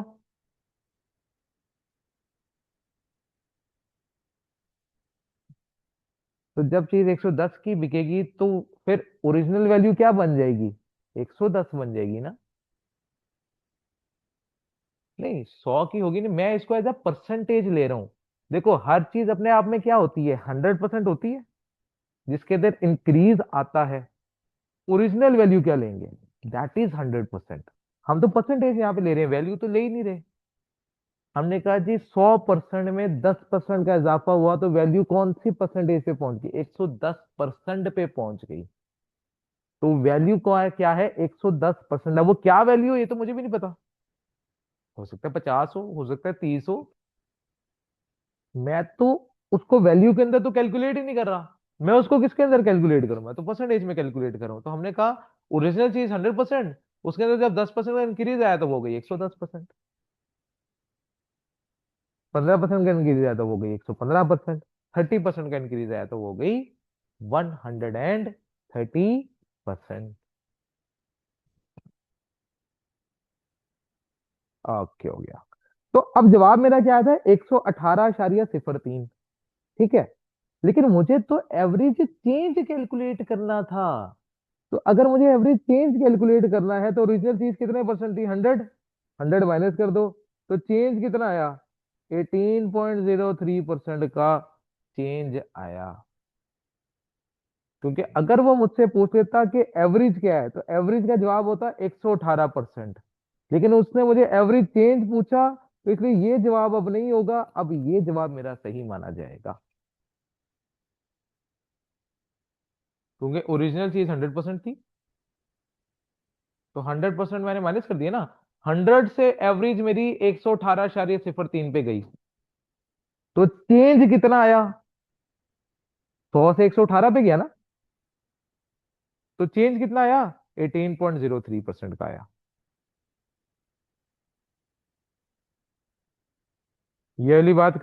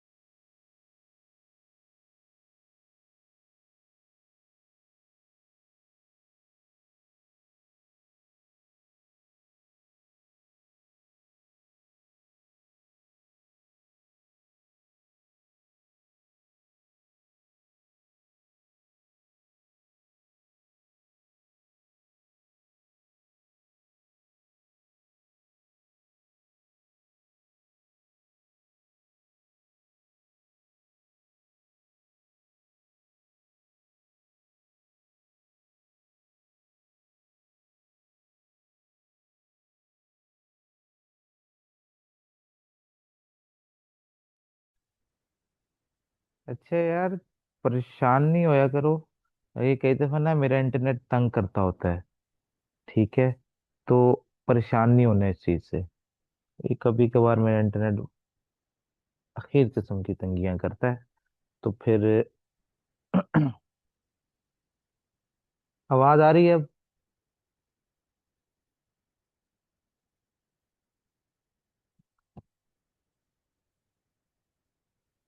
ठीक है।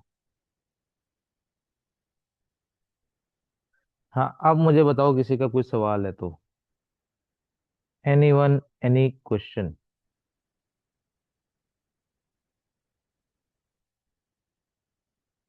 जी बेटा, पूछें क्या सवाल है।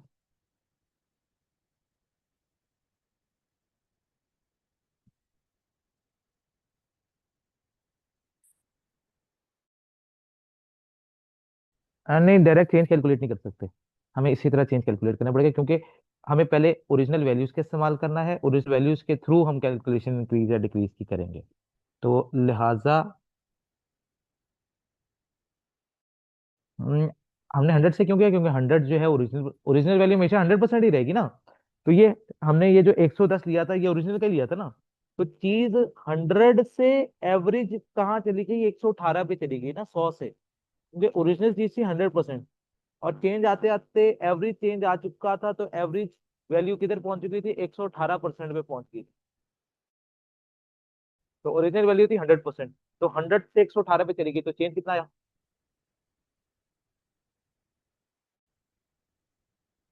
18% का है ना, कितने 100 माइनस,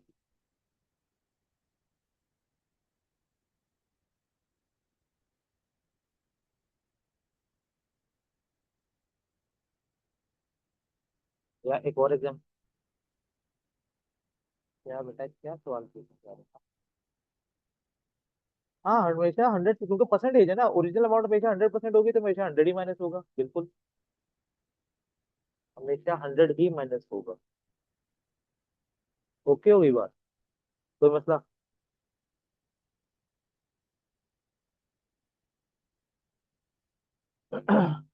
अब ओके का नहीं? जिन जिन के सवाल हैं वो बता दें मुझे, उनको क्लियर है कि नहीं है। जिन जिन ने मुझसे सवाल पूछा है। एक और ने भी सवाल पूछा था, वो भी बता दे भाई।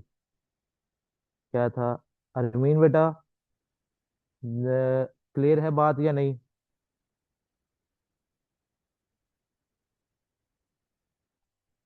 Okay, done. जब क्लियर हो जाए करे ना तो मुझे बता दिया करो साथ साथ, ठीक है?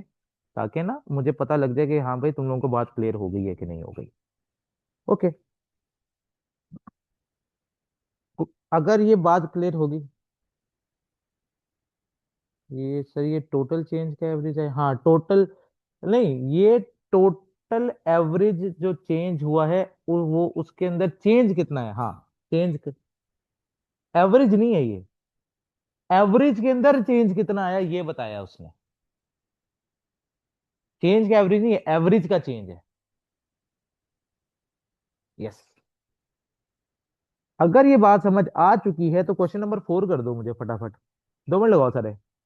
क्वेश्चन नंबर 4 का आंसर निकाल दो।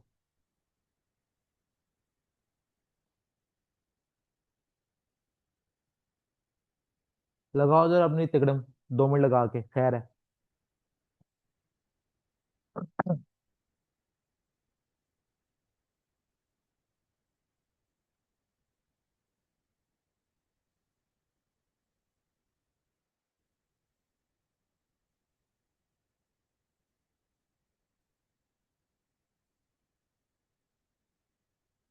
अपनी तिकड़म लगाई और क्वेश्चन नंबर 4 कर दे मुझे फटाफट।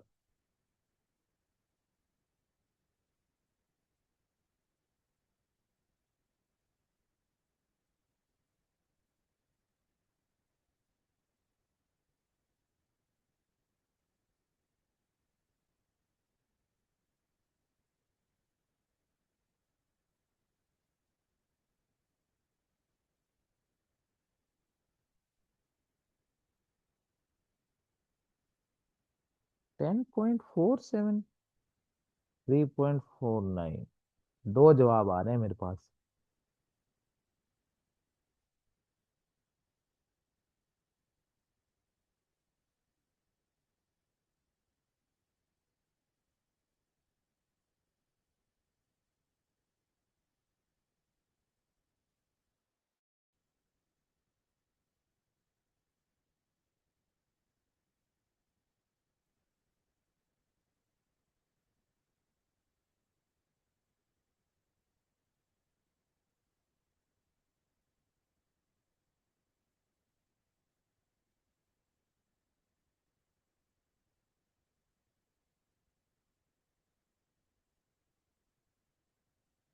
अच्छा, 3.49।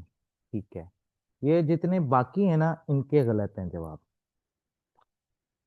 ओके हो गया। अब कैसे, इसके ऊपर मैं बात करता हूँ। अब पहला इंक्रीज आया था कितना, 7% का। तो हमने ज्योमेट्रिक मीन कैलकुलेट करना था क्वेश्चन नंबर 4 का। तो पहला आ गया 107। फिर डिक्रीज आया 20% का। तो अगला आएगा 80, क्योंकि 20 कम हो गया। और उससे अगला फिर इंक्रीज आया 5% का। तो 105। तो आपका जवाब आया बेसिकली 96.51%। तो इसका मतलब है आपका जो एवरेज है वो डिक्रीज हुआ है। इसको डिक्रीज लिखेंगे, माइनस नहीं लिखेंगे बेसिकली। ठीक है। तो 100 से नीचे चला गया ना, तो कितना हुआ? डिक्रीज बाय, वो इंक्रीज बाय था। 18.03% का इंक्रीज आया था इसके अंदर। ठीक है, इसमें डिक्रीज बाय 3.49% है।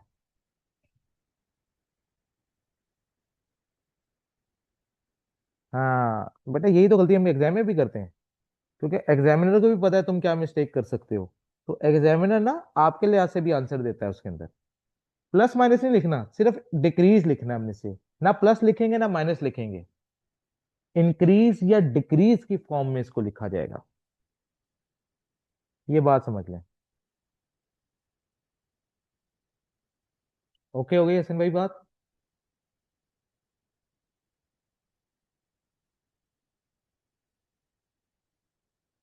अच्छा। अ, यार एक तो नाम कैसा लिखा हुआ है, इन्फिनिक्स।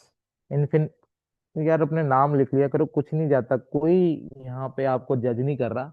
नाम छुपा के क्यों आते हो यार? बेटा देखिए, इन्फिनिक्स वाले भाई, ठीक है, समझ लें अभी इस चीज को। तो उसने क्या कहा था, पॉपुलेशन पहले साल कितने परसेंट इंक्रीज की है? 7%। तो मैंने कितना ले लिया, 107। ठीक है। फिर 20% डिक्रीज आया है, डिक्रीज बाय 20%, तो 100 से 20% नीचे गिर गया तो कितना आ गया? 80 आएगा फिर। ठीक है। और तीसरे साल उसने फिर से कहा कि इंक्रीज बाय कितना, 5%, तो फिर से 1.05 आ जाएगा। और इसका थर्ड अंडर रूट ले लेंगे। ठीक है। तो थर्ड अंडर रूट लिया तो जवाब क्या है, 96.51%। अब ओरिजिनल चीज कितने परसेंट थी, 100। तो जवाब 100 से नीचे गया, 100 से ज्यादा गया? तो हमने कहा जी 100 से नीचे गिर गया, 96.51% हो गया। तो इसका मतलब है मेरी जो एवरेज है उसके अंदर डिक्रीज आया है, ऑन एवरेज कितना परसेंट डिक्रीज आया है? 3.49% का डिक्रीज आया है एवरेज के अंदर।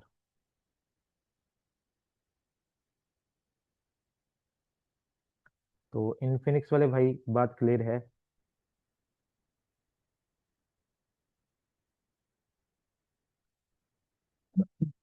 ठीक है। लो जी, क्वेश्चन नंबर 5 पे आ जाए।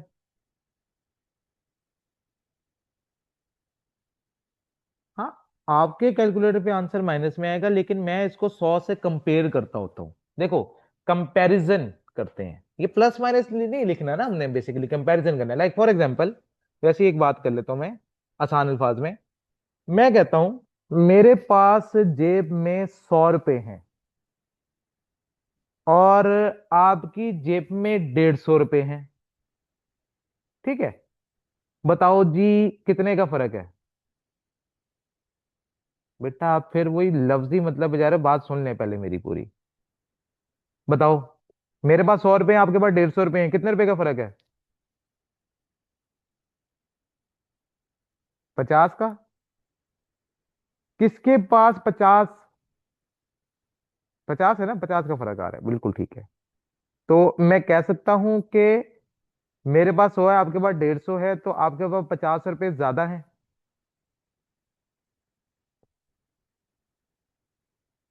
ठीक है। अब जुमला दोबारा सुनना है। मेरे पास 200 रुपए हैं, आपके पास 150 रुपए हैं।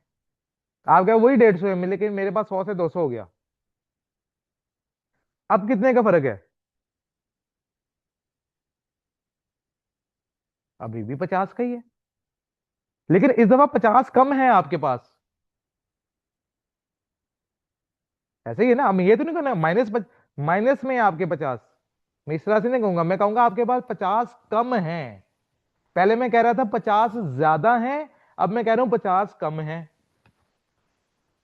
मैंने प्लस माइनस नहीं लगाया, मैंने सिर्फ बात की कम या ज्यादा। तो इसी तरह इंक्रीज या डिक्रीज, 100 से जवाब ज्यादा आएगा तो मैं कहूंगा इंक्रीज हो गई मेरी एवरेज। प्लस माइनस नहीं पूछेगा, नहीं पूछेगा, यही तो बता रहा हूं। जब भी वो आंसर पूछेगा वो इंक्रीज से डिक्रीज में आएगा। इस चीज को समझना है हमने, कि जवाब इंक्रीज या डिक्रीज में आता है, प्लस या माइनस में नहीं आता। ठीक है ना? तो हमने बताना है कि एवरेज में इंक्रीज आया या एवरेज में डिक्रीज आया, दैट्स इट। हाँ। माइनस या प्लस पूछता तो फिर, हाँ माइनस या प्लस पूछेगा ही नहीं, कहानी इतनी सी है। पूछता तो फिर लिख देते, लेकिन फिलहाल पूछेगा ही नहीं, क्योंकि उसने जब एवरेज पूछनी है तो एवरेज ने ऐसे ही पूछनी है कि भाई एवरेज में इंक्रीज आया या एवरेज में डिक्रीज आया। ये 96 माइनस नहीं होगा। साद भाई, अब समझें, और इनफिनिक्स भाई आप भी समझें। मैं 100 पे खड़ा था, मेरी एवरेज 96 पे चली गई, तो क्या हुआ? एवरेज के अंदर इंक्रीज हुआ या डिक्रीज हुआ? इतना बताना है मुझे सिर्फ।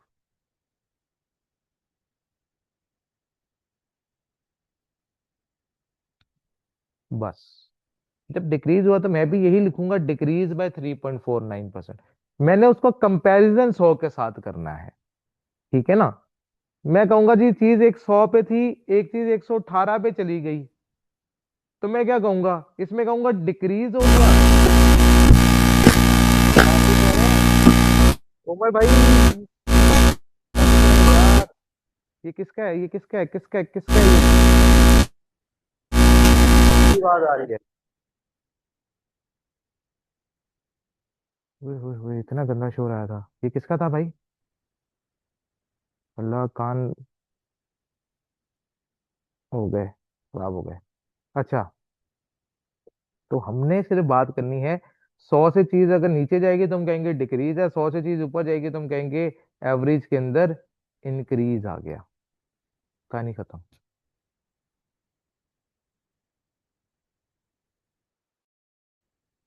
इसमें कोई मसला? Okay, done. नंबर 5।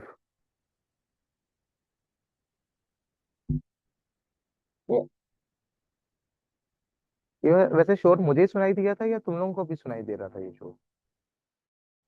वैसे ही पूछो, जनरल क्वेश्चन। सबको आया था ना, बहुत गंदा शोर था। कौन था ये? खुदा कॉपी करे यार, तारों के कान के पर्दे, अल्लाह माफ करे। मुझे ही करंट लगा दिए। बहुत अच्छे।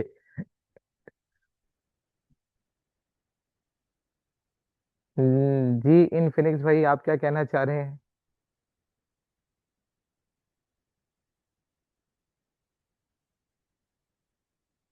ला ला।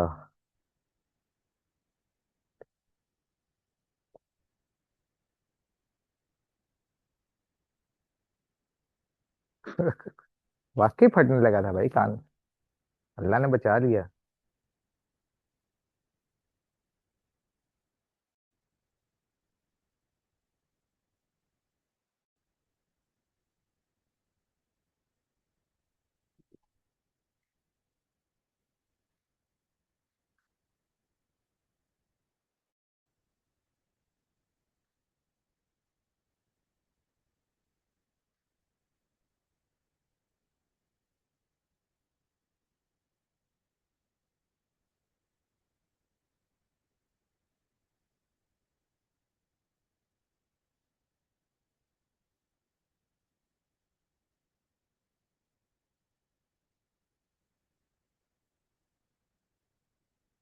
अच्छा जी। हाँ, शोर तो बहुत गंदा था। सर आपने हमें क्वेश्चन सॉल्व करने को देंगे? हाँ दिया करूंगा, लेकिन चैप्टर एंड पे, अभी नहीं। जब चैप्टर खत्म होगा ना, फिर आपने जो है ना, फिर मैं आपको दिया करूंगा। ठीक है? हाँ, नहीं नहीं, मैं बोल नहीं रहा था, मैं खामोश था। अच्छा, क्वेश्चन नंबर 5 पढ़ लो यार। Question number 5।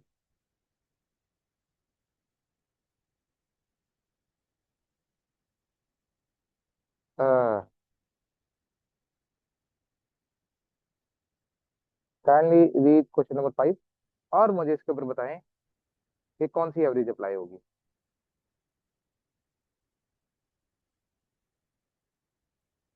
अल्लाह। ठीक है। कैसे पता लगा इसके ऊपर हार्मोनिक मीन लगेगा? क्योंकि अंदर इसके अंदर किसकी जिक्र आ गया, स्पीड का जिक्र आ गया।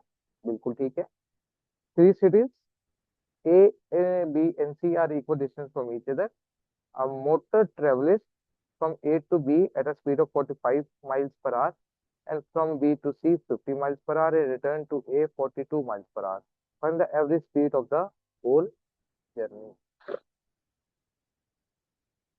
तो बिल्कुल ठीक है।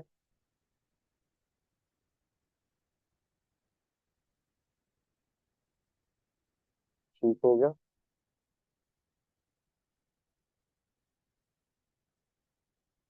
ओके हो गई कहानी। तो हमने एक इधर चला गया, यहाँ रहा। तो हमने इसके ऊपर हार्मोनिक मीन अप्लाई करना है, और कितनी वैल्यूज गिवन है मुझे, तीन। एक मुझे 45 गिवन है, एक मुझे 50 गिवन है, और एक मुझे 42 गिवन है। तो there are three observation given in the question. तो ठीक है, हमने कहा जी 3 डिवाइडेड बाय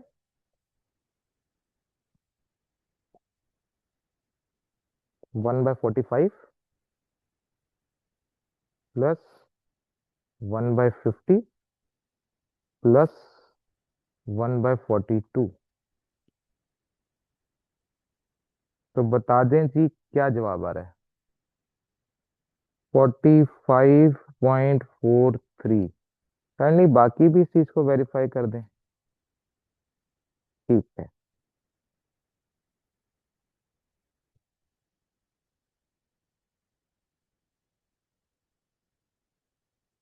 ओके होगी कहानी।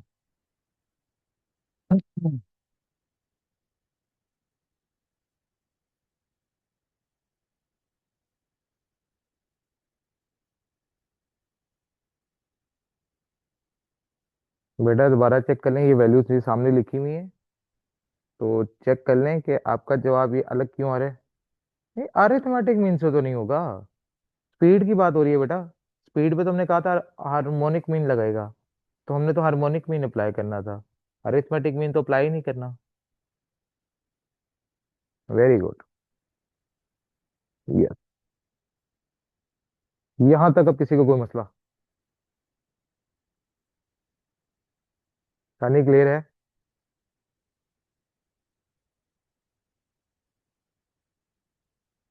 चलो इसको भी साइडलाइन करते हैं थोड़ी देर। आ जाओ भाई, आपको यहाँ पे फेंका जाए।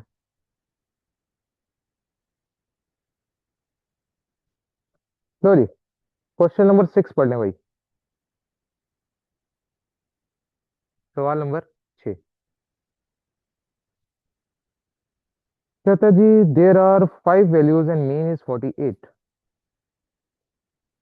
If we want mean to be 60, which value should be added in the value. Total मेरे पास वैल्यू कितनी है, 5, जिनका मीन कितना आ रहा है, 48 आ रहा है। तो कौन सा मीन अप्लाई होगा, पहले तो मुझे ये बताना है। कोई स्पीड, डिस्टेंस, ट्रेवल टाइम, इस किस्म का कुछ जिक्र है। जी सी भाई, आपका मैसेज बिल्कुल शो हो रहा है। आपको ऐसा क्यों लग रहा है कि आपका मैसेज नहीं शो हो रहा। आपका बिल्कुल मैसेज शो हो रहा है। अच्छा जी, बिल्कुल एम अप्लाई होगा, क्योंकि इसमें किसी किस्म का कोई जिक्र नहीं आया है। तो ठीक है। तो अरिथमेटिक मीन में मुझे बताओ कि अरिथमेटिक मीन की 5 वैल्यूज मुझे पता है कौन कौन सी हैं। व्हाट आर द 5 वैल्यूज जिसका वो मीन कह रहा है 48, पता है।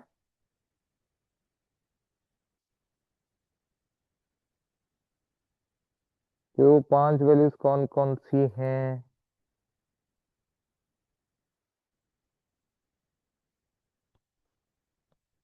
तो मुझे तो वो 5 वैल्यूज नहीं पता कि कौन कौन सी हैं। ऐसे ही है, बस उसने कहा कोई सी 5 वैल्यूज हैं जिनका मीन जो है वो 48 है। तो अज्यूम कर लेते हैं ए, बी, सी, डी और ई, ये 5 वैल्यूज है मेरे पास।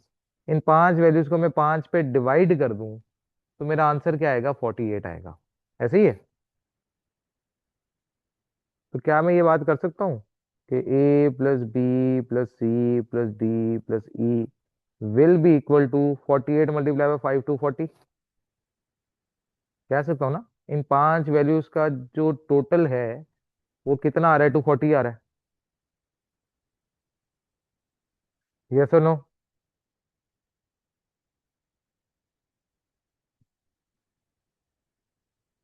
बिल्कुल ठीक है। अब उसने क्या कहा, उसने कहा भाई if we want mean to be 60, अगर मुझे मीन 60 चाहिए। इशाल बेटा ऐसे है कि बेटा मुझे, उसने बताया कि पांच वैल्यूज हैं जिनकी एवरेज 48 है। अब अरिथमेटिक मीन का फॉर्मूला क्या था, समीशन एक्स ओवर एन। तो समीशन एक्स ओवर एन जो है वो 48 के बराबर होना चाहिए। अब वो समीशन एक्स में एक्स की वैल्यूज कौन कौन सी हैं, पांच, क्या मुझे पता है वो पांच वैल्यूज? तो उस इतना बता दिया कि देर आर 5 वैल्यूज। कौन सी पांच वैल्यूज ये मुझे नहीं पता। तो एज्यूम कर लिया, क्योंकि उसने कहा, हमने कहा जी पांच वैल्यूज कौन कौन सी हैं, पहली वैल्यू को ए कह दिया, दूसरी वैल्यू को बी कह दी, तीसरी को सी, चौथी को डी, पांचवी को ई। और हमने कहा जी पांच वैल्यू सी, पांच पे डिवाइड करते आंसर 48 आता। तो इधर डिवाइड हो रहा था, पांच उधर जाके मल्टीप्लाई हो गया। तो 48 मल्टीप्लाई बाय 5 कितना हो गया, 240। तुमने कहा अगर पांचों वैल्यूज को ऐड करो तो उसका आंसर क्या आना चाहिए था, 240 होना चाहिए था। अब बात क्लियर है 240 तक की? ठीक है। फिर उसने कहा if you want mean to be 60, मुझे मीन कितना चाहिए, 60 चाहिए। अब एक मिनट है जाना, पहले मैं दोबारा रिपीट कर दूंगा, अगर बात ना समझ आई ना इन्फिनिक्स, तो फिर मुझे बाद में बताना। ठीक है, मैं भी एक और चीज लिखवाने लगा हूं। If we want mean to be 60, which value should be added in value, कौन सी वैल्यू ऐड करनी पड़ेगी? अभी कितनी वैल्यूज हैं ये टोटल, पांच, ऐसे ही है। इनमें कौन सी ऐसी वैल्यू ऐड करें कि मीन 60 पे चला जाए? तो पहले पांच वैल्यूज थी, तो अब कितनी वैल्यूज हो जाएंगी, छह। तो A plus B plus C plus D plus E plus F, छठी वैल्यू भी ऐड कर दी मैंने। तो छह वैल्यूज को अगर मैं छह पे डिवाइड करूं तो जवाब 60 होना चाहिए। एग्रीड? तो उसने कहा कि एवरेज आपकी 60 पे जानी चाहिए। तो इधर छह डिवाइड हो रहा था, उधर जाके क्या हो जाएगा, यहां से यहां जाएगा तो मल्टीप्लाई हो जाएगा। तो मल्टीप्लाई कर देते हैं फिर। तो हमने कहा जी A plus B plus C plus D plus E plus F is equal to 360। ऐसे ही है। अब आ गया। अब उसने कहा जी मुझे सिर्फ ये बताओ कि छठी वैल्यू जो है, यानी कि ये एफ वैल्यू जो है, इसका आंसर क्या है? तो ठीक है, मुझे कोई मसला नहीं, मुझे इन पांच वैल्यूज का नहीं पता कि कौन कौन सी हैं ये पांच वैल्यूज, ए में कौन सी वैल्यू होगी, बी में, लेकिन मुझे इन पांचों का टोटल जरूर पता है। इन पांचों का टोटल कितना है, 240। ये ऊपर कैलकुलेट किया हुआ है मैंने। इन पांच वैल्यूज का टोटल है 240 प्लस छठी वैल्यू, ऐड करो तो जवाब 360 बनता है। तो बताओ ये छठी वैल्यू क्या बनी? तो हमने कहा जी F is equal to 360 minus 240 is equal to 120।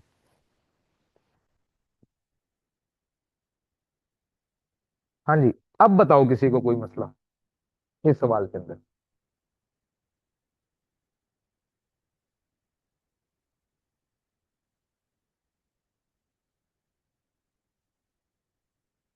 ये वाली कहानी सबको क्लियर है, इसमें कोई मसला? क्या बेटा, क्या बात समझ नहीं आई, अब मुझे बताएं, मसला क्या आ रहा है?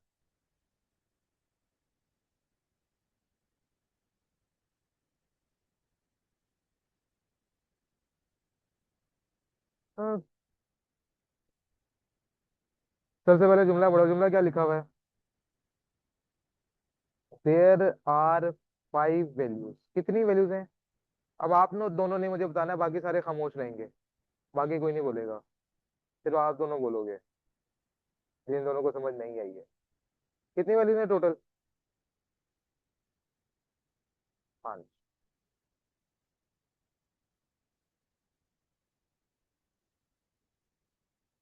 5। चलो बेटा, तीनों तीनों सुनो ध्यान से। टोटल वैल्यूज कितनी है? 5। कौन कौन सी वैल्यूज है वो 5? बता सकते हो? What are the 5 values? तो 5 वैल्यूज क्या है? कौन कौन सी है वो 5 वैल्यूज? नहीं, वैल्यूज बताओ। ये तो मैंने अज्यूम कर लिए ना वैल्यूज। वैसे बताओ क्या वैल्यूज है 5? ये 5 वैल्यूज मुझे बता सकते हो कौन कौन सी है?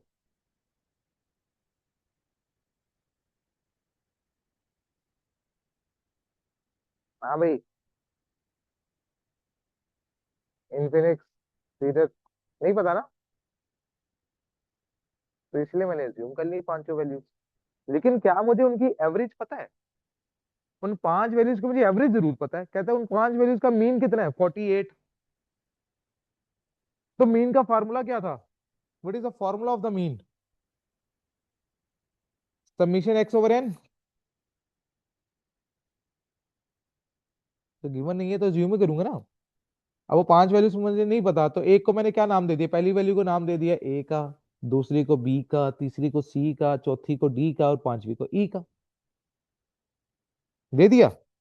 हमने कहा जी इन सबको समीशन एक्स ओवर एन था ना, फॉर्मूला क्या था? सब वैल्यूज को ऐड कर दो और टोटल नंबर ऑफ वैल्यूज पे डिवाइड कर दो।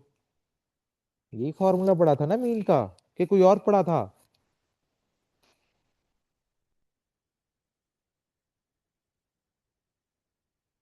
तो मैंने पांचों वैल्यूज ऐड कर दी, 5 पे डिवाइड कर दिया और आंसर उसने मुझे बताया हुआ था 48 है। तो मैंने लिख दिया ABCDE को ऐड किया, 5 पे डिवाइड किया, इज इक्वल टू 48। कोई मसला?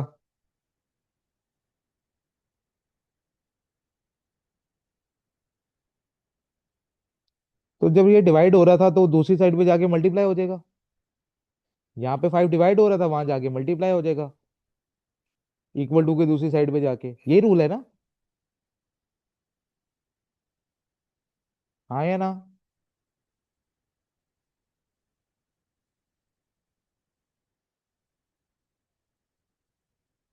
हाँ। तो 5 से मल्टीप्लाई करते, 48 मल्टीप्लाई बाय 5 कितना हुआ?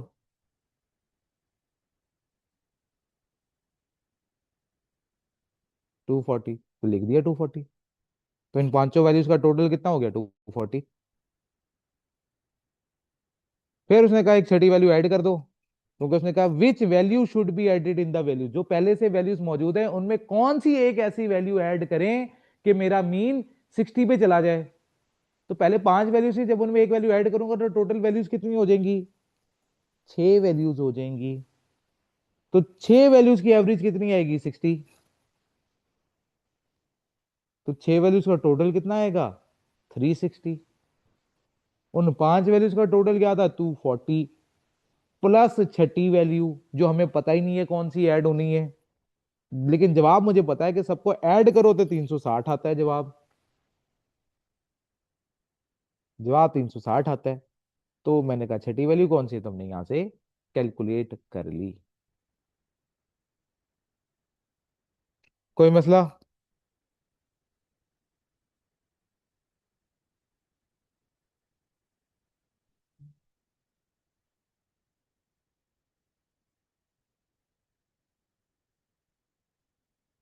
यहां तक आने क्लियर है सबको? कोई मसला? ओके। अब इसका शॉर्टकट बताने लगा हूं भाई। ये तो लॉन्ग कट था, ये तो मैं कहानी समझाने के लिए बताई थी। अब जरा शॉर्टकट की तरफ आ जाते हैं कि इसका शॉर्टकट क्या है। शॉर्टकट की तरफ चलें। अब शॉर्टकट समझ लेना इसका। देखो, मीन का फॉर्मूला क्या था? What is the formula of the mean? Mean का फॉर्मूला था समीशन एक्स ओवर एन। ठीक है। अब मुझे जब नहीं पता कि वो 5 वैल्यूज क्या है, तो मैं 5 वैल्यूज तो नहीं बता सकता, लेकिन इन 5 वैल्यूज का टोटल जरूर बता सकता हूं। Total means summation x. Total means summation x. तो समीशन एक्स का फॉर्मूला क्या बन जाएगा? एन यहाँ पे डिवाइड हो रहा था, वहां जाके क्या हो जाएगा, मल्टीप्लाई हो जाएगा। तो हम कह सकते हैं कि n multiply by mean is equal to summation x. क्या ये बात दुरुस्त होगी?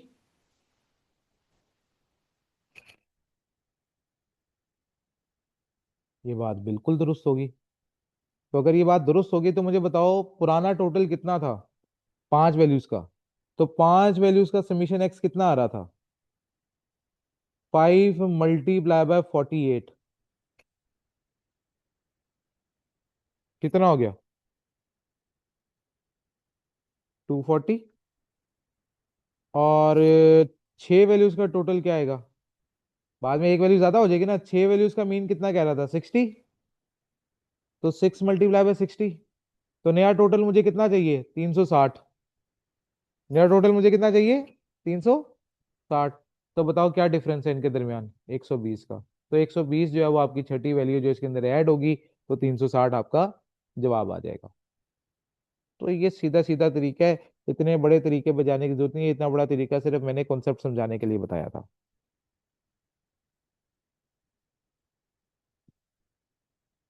कहानी क्लियर?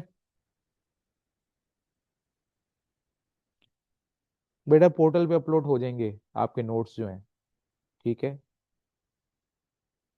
रिकॉर्डिंग भी पोर्टल पे ही अवेलेबल होगी, पोर्टल पे सब कुछ अवेलेबल है, ठीक है।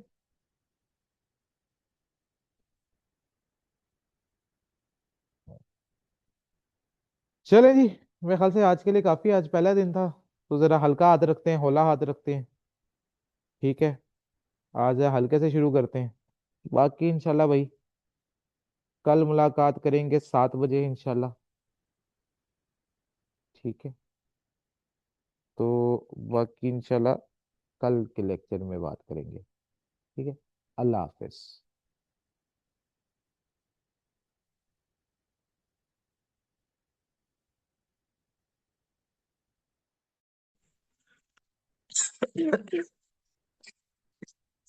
लीव एक लेक्चर हो गया। बेचारा सा हो गया लीव लीव बदल चला गया ना लीव